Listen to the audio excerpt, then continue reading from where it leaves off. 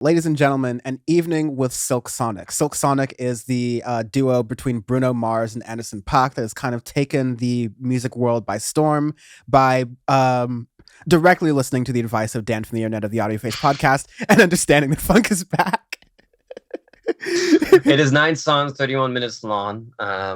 One thing, it's a lot shorter than I thought it was going to be. Thought it was going to be a lot longer than this, but yeah, short, funk, sweet to the point. But back in the day, funk albums used to be like, albums in general used to be a good 70 minutes in general because that's what you would fill up on like the LP, essentially. The long play. That's the idea. Exactly. And very like Daft Punk's Random Access Memories, I feel like was one of the last hurrahs of that kind of format. Since then, you sort of come down, Pitchfork's favorite album, Random Access Memories. And so you kind of come down in the overall like length of records to the point where even these kind of funk throwbacks still have to fit within the confines of, you know, what is popular in music today. Part of that's being like song structure and time structure. Nevertheless, I mean, we heard the Silk Sonic intro and we heard Leave the Door Open, which are the first two songs on this release, and it's pretty much like peanut butter and jelly, like chocolate and some more. Like it makes sense. Anderson .Paak as an instrumentalist, Bruno Mars as like a pop kind of like heartthrob kind of deal with a genuine musical talent, at least singing, if not with his like, you know, kind of tacking from old parts of music and then just like making it his own in that way. He's done that in his past where he's just like taken old throwbacks, not really like done it in a new sort of way. He's just like copy pasting from old music and calling that new. See that song Finesse, I believe. It may have had Cardi B on it, but just every Bruno Mars hits are very like this. That being said, it's very easy to be cynical about this album. Maybe actually, I don't even know if it's easy to be cynical about this album because it's just good. Like it just is solid. Yeah, it's very, very good. After the first two tracks, which they're perfect openings for what the record's going to be, you have Fly As Me, which I thought is a very good track. I really like the bass work on it, the percussion, everything. Love like the spoken kind of word in the beginning of like the back and forth and stuff, and then you get to the chorus of it. Really love it. The funk in here is fantastic. This is the proving point of Dan is right of funk is back, baby. It is here to stay. It has been Dan is right week on the Syndicate 23 network, and I'm not upset with that. I'm not upset with that at all. Keep it coming. I'll take my wins so I can get them. They're few and far between sometimes. Anyways, the one feature on here, which is the fourth song, is Thundercat and Boosty Collins and Boosty Collins. Boots. What did I? Oh my god, I got super dyslexic there. Bootsy Collins. Sorry. Yes. That is a feature, and again, like these are Thundercat fits perfectly. Maybe my criticism, if I'm gonna make a criticism, I have very few of this album, honestly, is that the pairings and features are very safe, right? Like Thundercat is already well-versed, extremely well-versed, like one of the best instrumentalists in the game right now. Yeah, but he's done a lot of things that involve like experimental music with heavy funk motifs, heavy bass motifs. Again, Anderson, his record last year too. Yeah, Anderson .Paak, same thing. Bruno Mars has been doing these throwbacks for a minute. So like you really do have like some of the best in the game coming together. Like this is kind of like what the definition of supergroup used to be reserved for. Exactly. So, but with everything that they have in their supergroup powers, because that's what works apparently.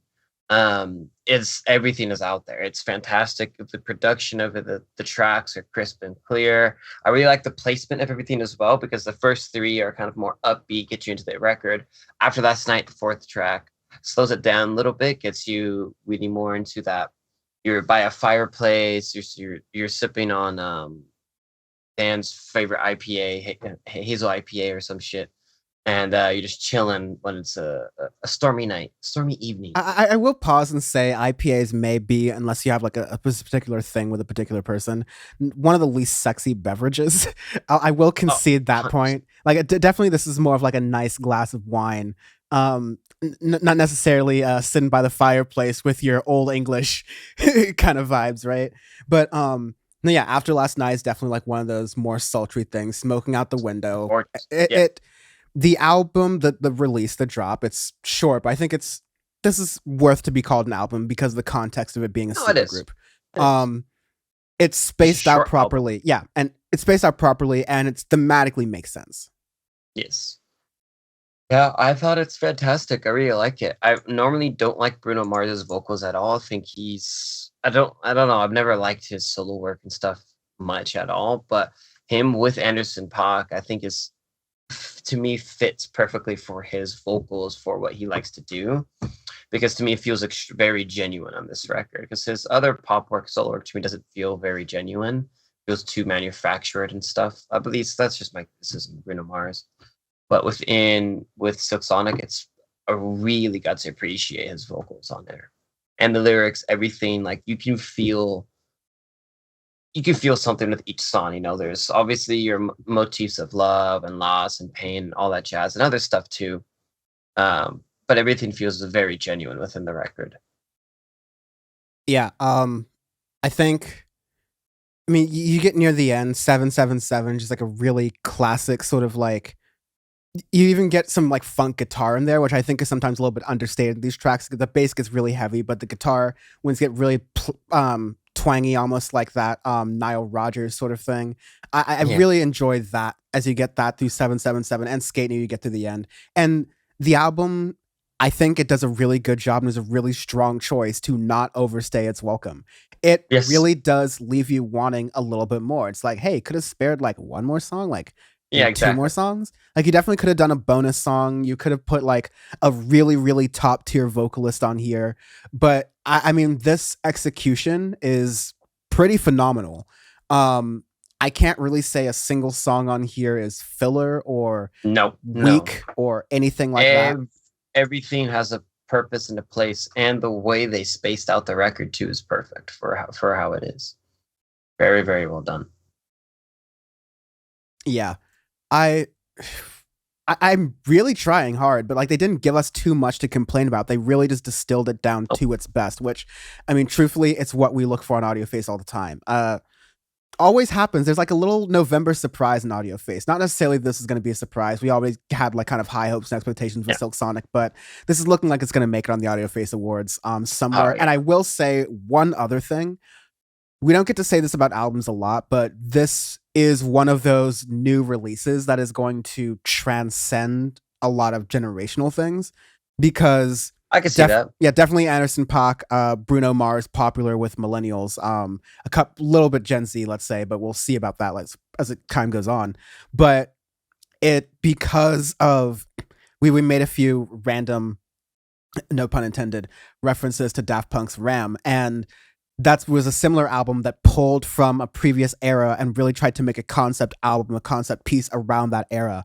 And that album was a little bit more star-studded, had a lot of artists on it. But Yes. one reason, and Sean's talked about this as well, about why we liked it, is because it has a certain universality to it that everyone's going to like at least a song on it. Exactly. Everyone's going to find it very interesting. And by everyone, we don't just mean like our little bubble of music heads or people who everybody. yeah, or just even people who are like just into music. It's like everybody will love this, and it's gonna get played everywhere too. As Leave the Door Open has been, as like Skate has been.